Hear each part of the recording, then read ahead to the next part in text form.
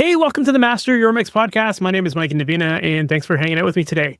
Today, my guest is Justin Francis, and if you're not familiar with him, he is a Grammy Award-winning engineer, mixer, producer based out of Nashville. He's worked with artists like Sheryl Crow, Kacey Musgraves, Justin Timberlake, Madison Cunningham, which is a record that he won a Grammy Award for, Gary Clark Jr., Lake Street Drive, so many other artists. And in this interview, we cover a lot of ground. We cover everything from getting started in the industry and making the move from Pennsylvania to Nashville, which is where he started working in studios and ultimately moved into being a freelance engineer. So we talk about that whole move and that transition from big studio to freelance. We also get into some really cool stuff regarding his tracks, and he's got some really cool ways of approaching vocals and effects. And so we dive into all of that stuff. When it comes to vocals, he's just a master at creating space in a mix. And in this interview, he details a lot of the ways that he goes about doing that, as far as things like volume, panning, EQ, even some really cool sidechaining techniques that I bet you've never even thought of before. So we get into that kind of stuff. We talk about how he's even setting up his sessions to really be very streamlined in this process, very optimized, work fast, but get great results. But also so that he has the ultimate control over his tracks so that he can really process things at a level that I think most people aren't set up to achieve just based on their own template routings and stuff like that. So yeah, in this interview, he goes into a lot of great detail as far as how he does that. And we also get into working on records with Sheryl Crow and Madison Cunningham and a whole bunch more. So yeah, there's just so much really good stuff in this episode. So let's just jump right into it.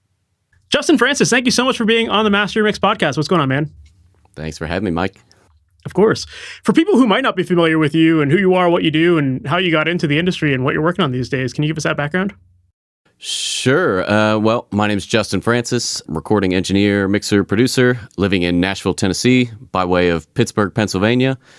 Yeah, I've been in Nashville for 15, 16 years now, working as an engineer, mixer, kind of came up the kind of Music Row traditional, intern apprentice route at a big commercial studio here. And over the past 10 years, kind of have branched out and gone completely independent, and just happy to be working on cool stuff and, just spending days in the studio. Nice. Did you move to Nashville specifically for music? Yes. So I grew up in Pittsburgh. Like I said, a couple days after high school, I moved out to Arizona to go to the Conservatory of Recording Arts and Sciences, the technical school out there. And I was out there for 8 months, and then I came to Nashville from Phoenix. Yeah, it was just kind of one of those things, your options for recording cities, Nashville, LA, New York. Nashville kind of just seemed like the closest thing to Pittsburgh, as far as cost of living at the time.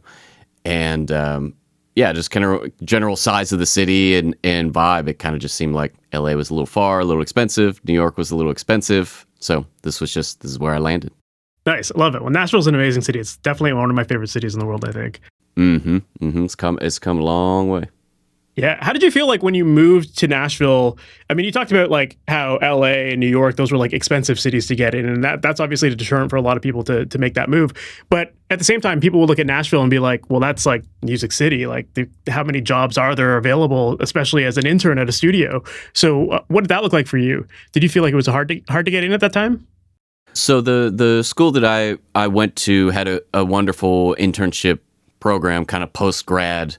In order to graduate, you had to put a certain amount of hours, in at a place. And they had wonderful connections with lots of studios here. And I ended up at a place called Soundstage, which is on Music Road, is one of the older studios that's still rocking. And yeah, so I feel like I was fortunate that the school could place me at such a, prestigious place. And there's lots of, there were a little bit more back then in 2007, but there's still lots of studios on Music Row, and within a 2-3 mile radius there's over 100 big commercial studios. That's just an amazing place to be. If you're looking for a studio, you can basically just go knocking. Yeah, I love it. That's definitely one of my favorite things about Nashville is just like everywhere you walk is a studio or like some sort of like cool musical thing going on. Like I remember going to a bar down there and it was like Johnny Cash's daughter was performing randomly. It was like, what the hell? Like, where does this happen? You know, like Sure. I know. And they're also nonchalant too. It's like you would never know behind this, this looks like a house, but there's an 80 series Neve in there and it's their beautiful live room and just the whole thing that you would never know. So unassuming. But yeah, gotta love it. Yeah, yeah. Well, you said that you got in at a big studio and you did that for a while and then you moved to freelance. What inspired that decision to go freelance? Well, I guess it just kind of naturally happens. You kind of move your way up the ranks in a studio, hopefully, and you kind of things just kind of you hit a point where you start assisting on sessions, and then maybe you might get thrown an overdub on a weekend that maybe the head engineer doesn't want to do, so you get to do the vocal over the weekend or overdub, and then maybe you get the call next time to do the tracking session, and you kind of work your way up, and those clients are really more clients of that studio than they are of you at that point. They come to this place, and if you're not available, they'll probably still come to that place and they'll use somebody else, But there was kind of a switch starts to happen where maybe instead of calling the studio and saying like, are you available, whatever, Wednesday, June 4th, they might call you specifically and say like, are you available Wednesday, June 4th? Okay, great. Where do you want to do it? And so a lot of times, you just kind of default to your home base and let's do it at this place. But then you start tracking at other places and gaining more experience in different rooms. And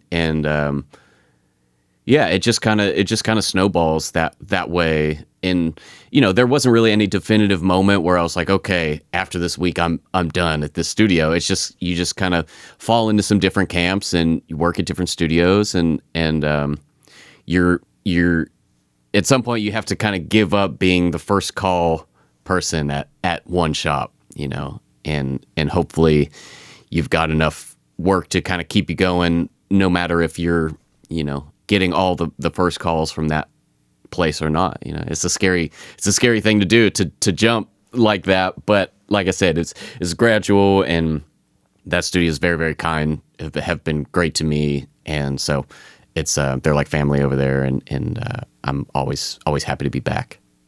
For sure. Well, there's definitely something really interesting that I want to unpack from that, because I think that a lot of people who get into this industry wanting to be a pro engineer, they tend to look at these big studios and think that that's the destination, that's the goal. You want to be a head engineer at one of these places.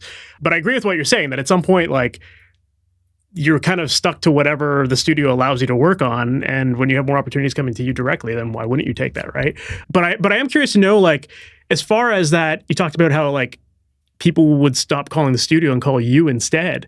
How did you navigate that part of the process? Because I feel like some people might look at that as like, I can't give out my number to people if I'm working at a studio, because it's like, now I'm stepping on the studio's toes. So how did you navigate that part, as far as like, being respectful of the places you work at, but also like making that transition into freelance a little bit more accessible? Yeah, totally. I mean, I don't think it was ever an issue. I mean, studios know that you're there to evolve, and it's like honestly, it's like they want people that care and are engaged in their studio and want to make that a home and make it better, and so they completely understand that, like, that's great. You got a call from this person. They want to work at this place. They're happy for you. There's always, this is a great thing about Nashville, is there's just a ton of music being recorded, so it's like, if it's not me bringing in the session, it's going to be filled out with somebody, fortunately. So it, especially at one of these more in demand, commercial spaces, it's like there are sessions every day in there, and it's just, it was definitely not a problem of filling it up. So somebody's going to be working in there, whether it's me or not.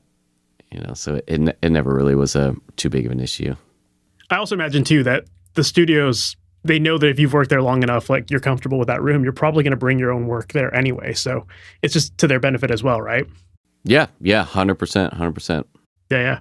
Well, I'd also love to dive into a little bit more of your processes and some of your approach to working with artists. And one of the things that I noticed on your bio of your website that you mentioned is that your goal is to always serve the song. And I think that's a pretty common thing that most engineers would say. But I think that the way people go about doing that can be different.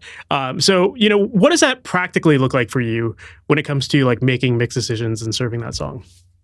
Well, I mean, I'd like to say that I engineer for the part, maybe not the instrument itself. I'll engineer for the part that it's serving, that instrument is serving in the song. So if that means lopping all of the bottom end off of this electric guitar that on its own may not be super flattering in the context of this mix, which is where we're all at right now and where everybody's vibing on. Like, let's do it, let's commit, and let's not. I don't like to put things off for later. Let's commit to what we're doing now, and so that's what I think serving the song means to me is serving. Maybe it's better said serving the production more. But yeah, just not being afraid to make those bigger, bolder decisions, and it's like worse. It's like worst case scenario. You gotta recut a guitar. Because it's too thin, or whatever. There's just processes that you have to, in my opinion, not be afraid to take in order to get the song and get the production kind of more fully realized or closer to what the producer or artist is looking for, and make everybody feel good about where it's sitting and not playing it safe all the time. Absolutely. Well, I love how you put that though, of like serving the part and not the instrument, because I think that's a massive distinction to make. Because I think especially with people who are getting started with this, they read like, oh, always boost these frequencies on a kick drum or a guitar or whatever, and so it's like they just think that's what you're supposed to do to an instrument, and it's not even taking into account the song and how it fits in that moment. So I think that is a massive distinction. How do you go about balancing or serving the song versus maybe the artist? Especially if like an artist is making suggestions that you might think could compromise a mix or just maybe sound wrong to your ears. I feel like that's a difficult balance for some people. Yeah, no, totally. I always try to come in with kind of a backup plan or a safety net in my back pocket. If we're in a situation where, let's really gack out this drum set and, like we're demolishing it with one, set of mics or whatever. I'll maybe have a couple other mics that are on the kit, faders down. We're not monitoring that. You check it out. You've got clean stuff happening. And so that, in the case where artist comes in the next day and they completely change their mind about the direction of it, it's like, okay, well, at least I've got a little bit of this where we can pivot and we can salvage it. Drums are kind of the biggest thing where you would need to pivot that hard for, where you have a myriad of microphones and stuff happening. So I try to at least on a drum set have some some semblance of a clean kit going to tape at all times. But yeah, that's I think just having an answer for everything is such an important part of this job, and having a solution and thinking about that in advance. What if we don't go down this route? What if we don't do this? Can I salvage this? Can I turn this into this? Should that come up? Just having those solutions is kind of what may help keep you around. Fair, yeah. No, it makes a lot of sense. There's like this cause and effect kind of thing where if you change one thing, now you might have to change another, and it kind of just sets a bit of a chain reaction. But at least as long as you're aware of how that all comes together, then that's the goal there with it, right?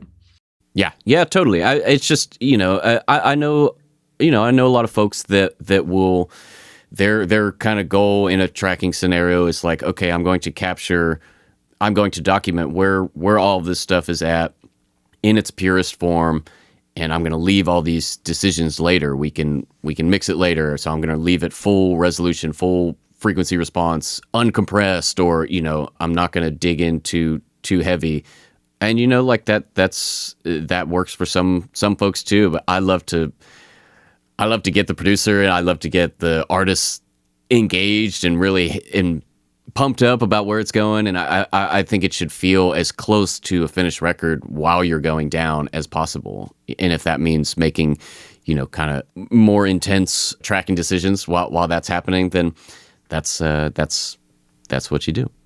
Yeah, that makes a lot of sense. And I think that like if you're working with an artist or you have a producer in the room, whether you're mixing it or not, they still have their idea of what they want it to sound like. And if you can get it there and you pass it off to someone else in the form that it's supposed to be in, then you know that you've done your job as far as setting it up for success and not letting someone else have to mangle it to get there. So when it comes to starting a new mix, then like what's your typical approach to starting a mix? Like, what's your mindset going into it? How do you start? Where do you start? What's that process look like? Yeah, it kind of varies. It depends, if I tracked it, then, ideally it's in kind of the same place that I left it, the last time I was visiting it. So, there's no real one way, if let's say in the instance I didn't track it, I would have, all the stuff loaded in. I would just kind of take stock of what's there, what we've got, pull up each thing, maybe individually or soloed and just see kind of just how healthy everything is and where everything's living. And it's like, okay, I've got a ton of low end, I've got a ton of top, I've got a bunch of saturation, I've got all this. Spend a lot of time with the rough mix, listening to, where their intentions were, what kind of road they were heading down, and having the conversation with the artist or producer before this mix too about, how much should I be honoring this rough mix? Or did you feel like you were in the ballpark, or do you feel like that is not even an approximation and that's just completely rough where it was at when you left it? Having those conversations and just basically taking stock of what you got is my first move, in any mix. Makes sense. Do you have a specific order that you tend to work on as far as instruments?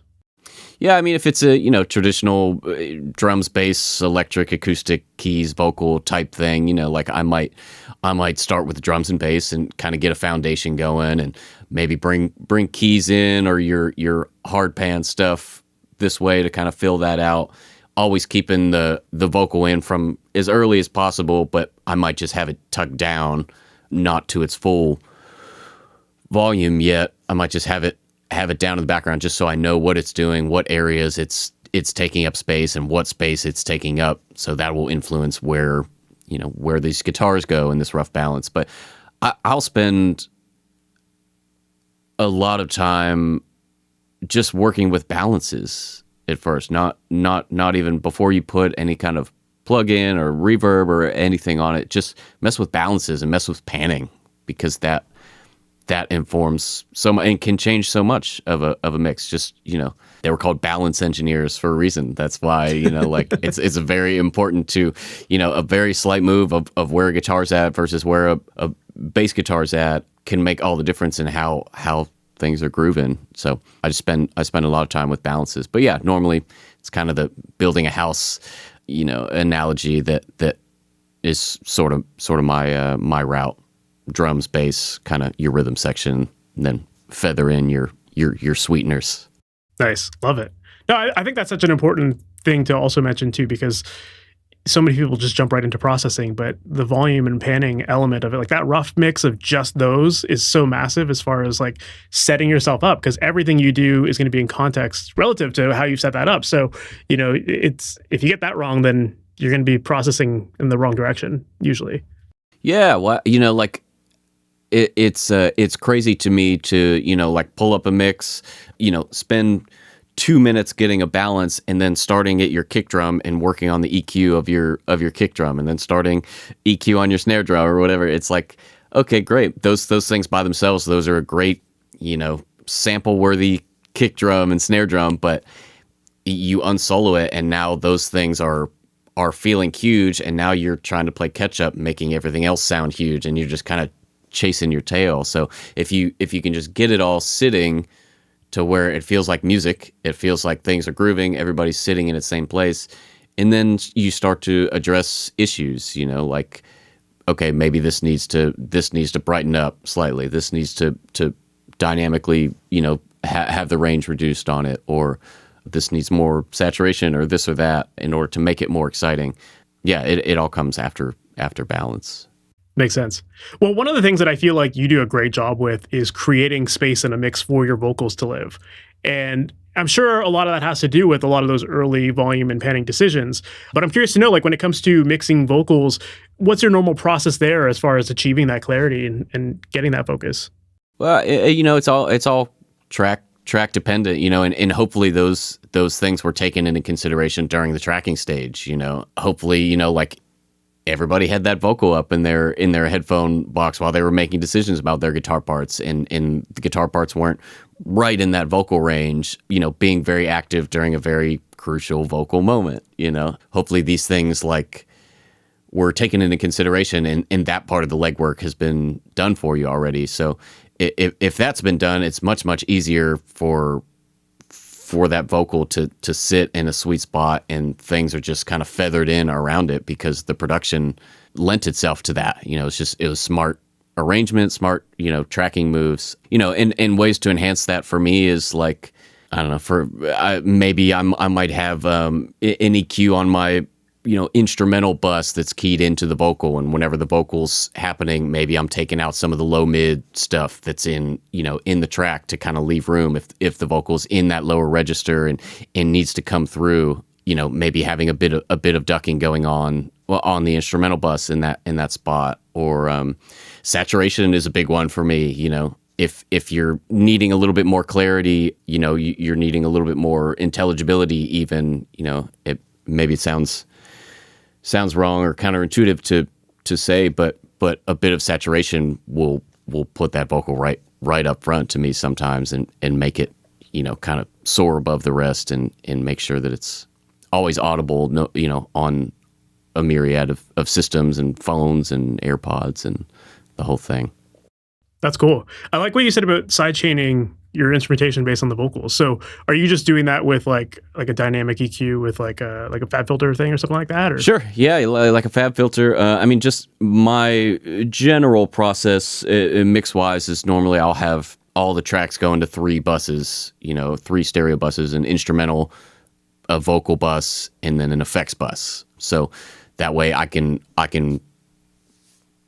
do moves to the instrumental bus. It won't affect the vocal and vice versa. So yeah, just a fab filter or something equivalent on the instrumental bus, and just key it to where the vocal's at. Send the vocal into it, and 180 to 300 hertz or something I find is a good region to duck out of the instrumental bus and kind of let that the weight of the vocal sit in that spot a little bit more on heavy vocal moments, and then in instrumental moments it kind of comes fully realized again, the instrumental track.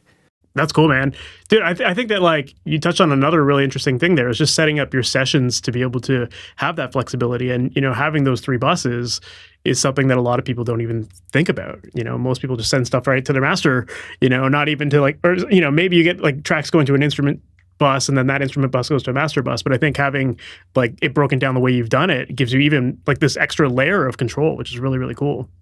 Sure. Yeah. I kind of started doing that. We are in Nashville and they like their vocals hot here, so I was running into issues where, everything going to a mix bus and trying to get it loud, trying to get it impactful and everything. And, but they still want that vocal to be way hot, way up out there on top. And it was just clamping down too much. So I was trying to think of a solution where how can I make the overall, still have impact, but I can still place the vocal a little bit hotter than normal without it being clamped down too hard, and kind of just, fell into this way of bussing things out. And I've got a bit of outboard summing going on and stuff that helps with a little bit of that separation too.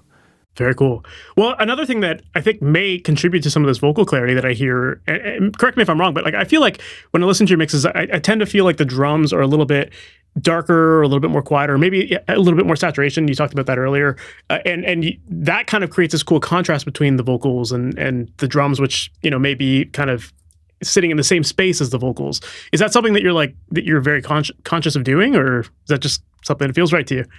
Yeah, maybe it's just a preference, that comes out. I do spend a lot of time taking high end out of things and because you're thinking of the voice. A lot of times in a production,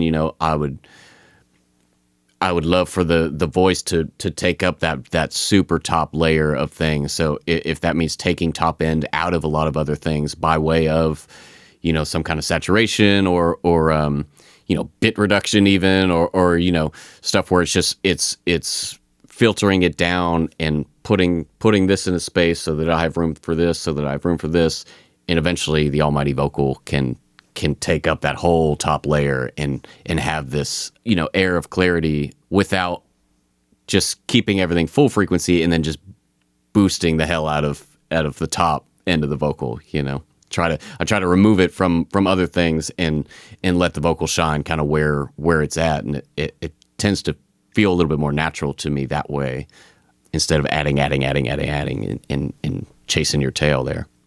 That's a good point. Because if you just start boosting a whole ton of top end on stuff, then all of a sudden that balance of the mix shifts and you lose that kind of natural tone of the vocal. So I think that makes a lot of sense to preserve that and just kind of make everything else work around it. Yeah. It's like this vocal sounds great as is. So what do I got to do to make it feel like it's on top of everything else and it's holding court and everything else is supportive? It's, to me, a lot of times it's subtracting from those other elements to make room for it. As far as having that vocal clarity and focus, as far as dynamics go, how much are you relying on automation versus, heavy compression or something like that? Yeah, that's track dependent, genre dependent too, depending on, if I track it, I'm definitely not afraid to squash it a little bit on the way in if that's the vibe and that's where it needs to be in a dense mix, but I also do a lot of automation on everything kind of as I'm getting closer to the end of a mix. I'll kind of just throw everything into, automation mode and go through and do rides in different sections and really just look into the details of things. But yeah, I mean, some rough compression to kind of make the frame a little bit and tuck in the corners, so to speak, and then finesse it with a little bit of automation. Love it, man. Well, one project I wanted to dig into a couple different projects that you've worked on, and one project that you worked on and one that you actually won a Grammy Award for was Madison Cunningham's Revealer.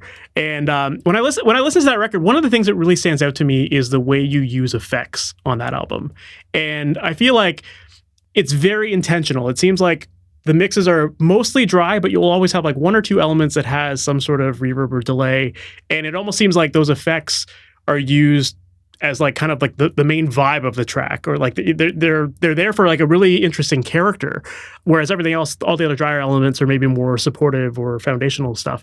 So I'm curious to learn more about like your approach to using effects in mixing and how you decide your approach there. Yeah.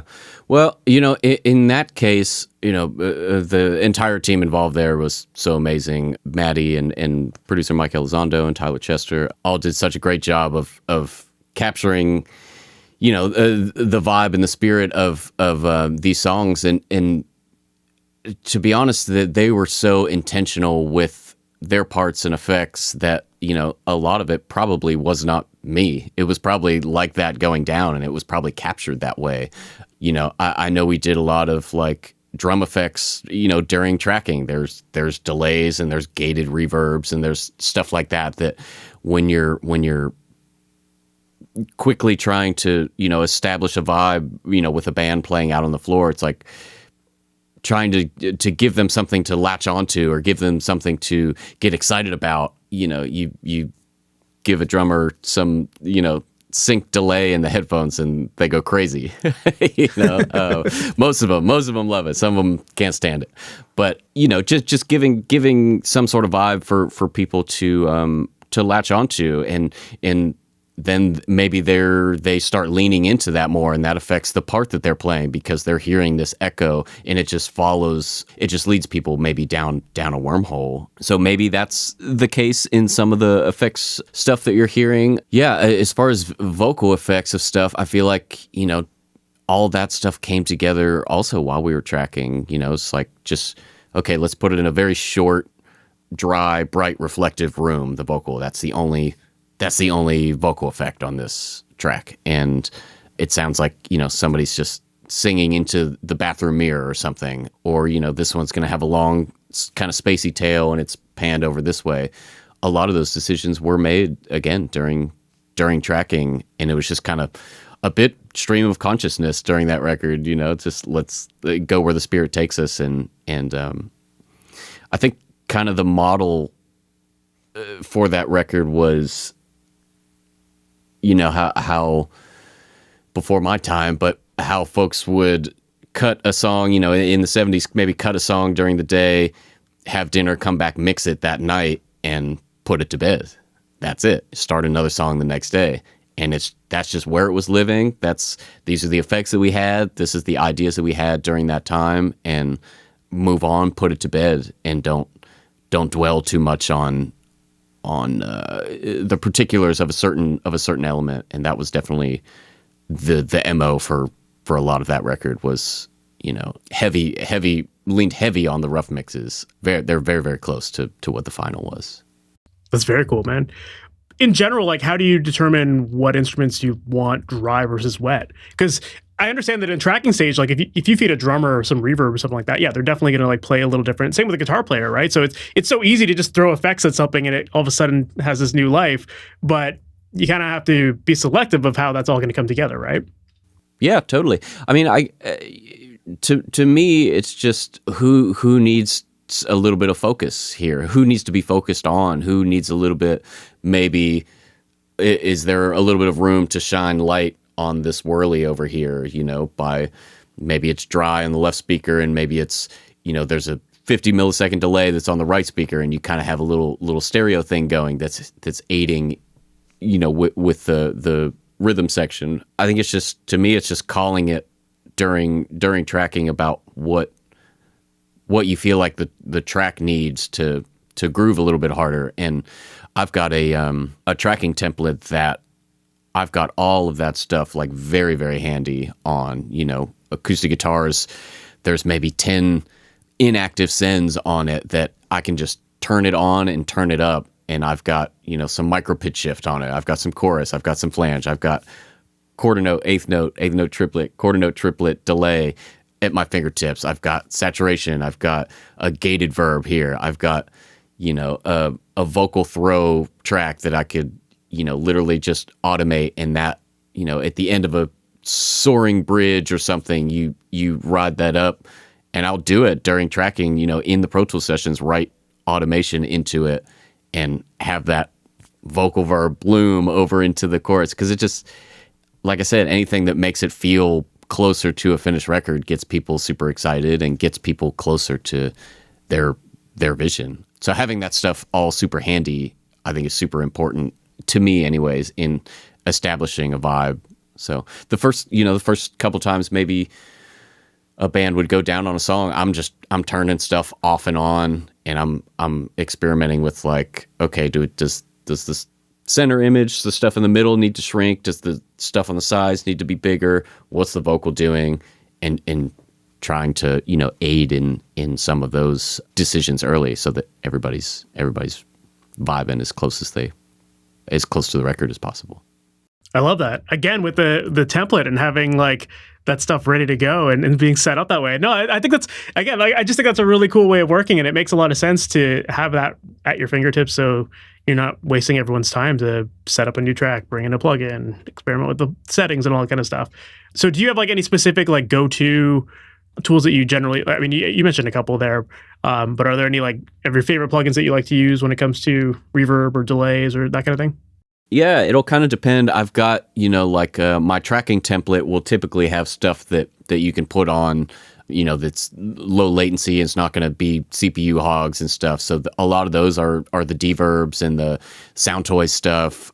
For echoes, mostly it's sound toy stuff. But the deverbs and the sound toys little plate, I love the little plate on, almost the longest setting, 16, 18 seconds, and just send a tiny little bit of that vocal. If it's an acoustic vocal, send a tiny little bit of that vocal to it, and now you have this weird undercurrent that almost feels like a synth pad that's going through. So I love to keep a super long like pad reverb, I call it, in a tracking scenario. And then during the mix, I'll maybe import another, folder full of effects that might be slightly upgraded versions or a bit more particular versions of the things that I had going on during tracking.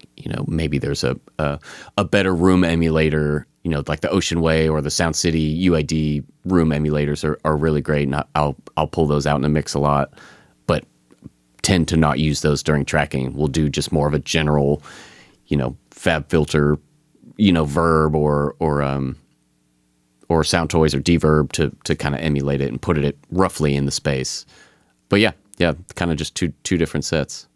So as far as choosing like which reverbs or delays to use, do you tend to pick them based on like the emotional tone that they bring, or is it more about the depth that it creates, or a little bit of both?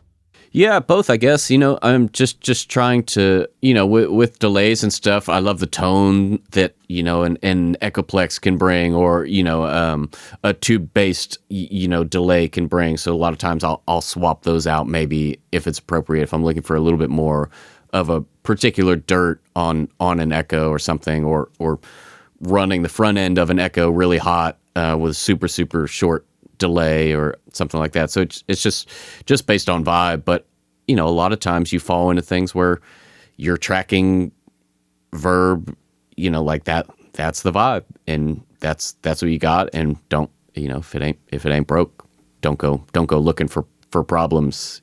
I've had to talk myself out of that one a lot, because you want to get in and you want to tweak, and that's what we do. But being able to step back and say, like this is great as it is. It doesn't need fussed with. I've come up with a couple different ways to get into that headspace as opposed to the tweaker headspace. Well, I'm curious to dig into that too, because that's something that I always hear from people, is that they just never know when it's done, or when to stop tweaking. And yeah, it's like everything is so accessible all the time when you're in digital. So there's this tendency to want to be able to tweak it and come back a couple of days later and you have a different headspace. And now you're tweaking things based on your headspace today, right? So like, what are some of the ways that you go about approaching that so that you aren't in that endless loop of tweaking things? Sure. Yeah. Well, first, I'll run rough mixes, just the way I'm set up. I'm printing back these mixes into my session. So I'll, maybe every half hour or something, I'll do a save or save as and run a new version. And it's like, okay, here's where I was at. And that way, if I'm 4 hours later and I'm questioning where we're at, or is this better, I've got, kind of, some stepping stones to go back to any of these previous versions and say like, man, it was much more open here, or this or that. So just leaving yourself kind of some breadcrumbs to go back is a healthy thing that I've fallen into. I've also fallen into the habit of, you can see I've got a drum set in here in my control room that was kind of a product of the pandemic, taking up playing drums more. And I'm by no means a great drummer at all, but sometimes after working on a mix for a while, I'll turn around and I'll sit at the drums and I'll try to play along with whatever it is that I'm working on. And it takes all of my mental focus to try to just keep up with anything on a drum set. So that helps me shift my brain from the technical aspect to more of a musical mindset, or even a listener's mindset where, you're not staring at it so hard. You're trying to sense whether this is musical, and you can get a better sense of like, man, this isn't grooving somehow. This needs more subdivision up here, or this needs more low end energy or mid range energy, and you can kind of just get a vague sense of what the production or the mix needs that way by taking your mind off of it. If that makes any sense. Yeah, that makes a lot of sense. It's just like, yeah, it's shifting things. You're no longer getting focused on like technical details in a mix. You've snapped out of it for a couple seconds, you get a fresh perspective, and then you can come back and work on it that way, right? 100%. Like I'll equate it to looking at one of those magic eye paintings, where you're focused in real close and it's all just kind of white noise. But if you defocus and take a step back, it's like, whoa, there's the sailboat right there, and you're kind of getting the image of it without focusing so hard on it. You have to zoom out at a certain point. So yeah, I'll try to play along to stuff, to see if it's grooving. I spend an egregious amount of time on AirPods at low volume, even while I'm mixing, while I'm doing balances. Just something where it defocuses the technical aspect of it, or the technical kind of minutia of it. I'll have my phone or an iPad or something is always open with audio movers on it, and I'll turn my speakers off and I'll send it to the audio movers iPad, and I'll work on balances that way without being overwhelmed with all of this high res sound and full frequency response and everything. It's like to try to just get to the meat and taters of what it is, or to try to get the emotion out of it. That's another way that I found that you can help yourself not get lost in the minutia that way. That's awesome. I really like that. That's a refreshing approach. And yeah, I could see how it's like one of those things where like people say take breaks often when you're mixing, and yeah, it's kind of the same thing, but it's you're still working on it, but it's just like mentally it's that shift in focus that is a bit of a break in itself and allows you to think differently about it. Yeah, very cool, man. Love that. Well, another project that I wanted to ask you about is Sheryl Crow's Evolution record, which, correct me if I'm wrong, but you were a recording engineer on that, and you mixed some of it too, right? That's right. Awesome. Can you tell us about like that project and just like how did it come about to begin with? Sheryl, first off, is the most amazing person and so inspiring to be around, and I've been a Sheryl Crow fan for as long as I can remember. So it's just such a joy to be in the room with a rock star like her. It came about.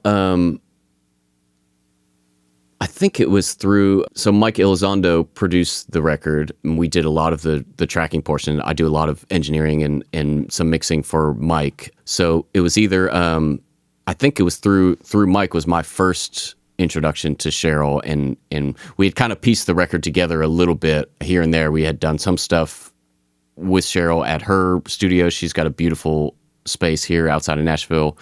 And then we did a heavier portion of the tracking out at Mike's studio. And yeah, I was just fortunate enough to come along for the ride, and so like I said, it wasn't one big stretch. It was kind of pieced together in a couple different sittings, but yeah, it was great fun to be around those folks and yeah, just try to soak up anything I can from Sheryl. That's awesome. Well, I mean, like obviously with someone like her who has such a long career and has made tons of amazing records in the past, like, do you ever feel a pressure to change your workflow to fit that artist? Or do you tend to just be like, I know how I can get the best work. This is kind of a workload that I have. Like, what's your approach with those kind of scenarios? Yeah, I mean, as far as like workflow, I want to adapt to whatever the producer wants to do and whatever the artist wants to do, whatever's going to bring out the best performances. If I'm just the engineer on a project, I want to do whatever's going to make everybody happy. If everybody's like, we want to cut this in 8 tracks, that's all we want. We want 8 tracks. That's all we want. Then great, let's do it. I wouldn't normally do things that way. Maybe I would do something different, but I want to honor the wishes and the vision of the people that are hiring me. So, in that sense, workflow wise, I want to defer to them and how they're working. But, technically, if there's, like, there are definitely some things where it's like Sheryl and a Blue Stripe 1176 just seem to go together, like that just sounds like a great chain on her, and leaning into those things. And so, yeah, it's kind of honoring the vibe of what, what I always thought felt great about, Sheryl's records and the way they sound sonically. Huge respect for Trina Shoemaker and Chad Blake and all the folks that were a part of those records that were hugely formative for me in finding my sonic space that I like to live in. So yeah, you do.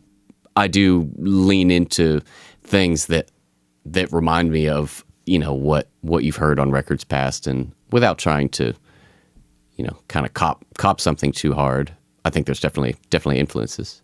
Well, I was definitely going to ask about that too. Like, as far as like signal chains go, again, with someone in her position who's recorded so many times, like she probably has a good idea of what tends to work well for her voice. So are you leaning into those suggestions, or like, what does that look like as far as gear selection goes?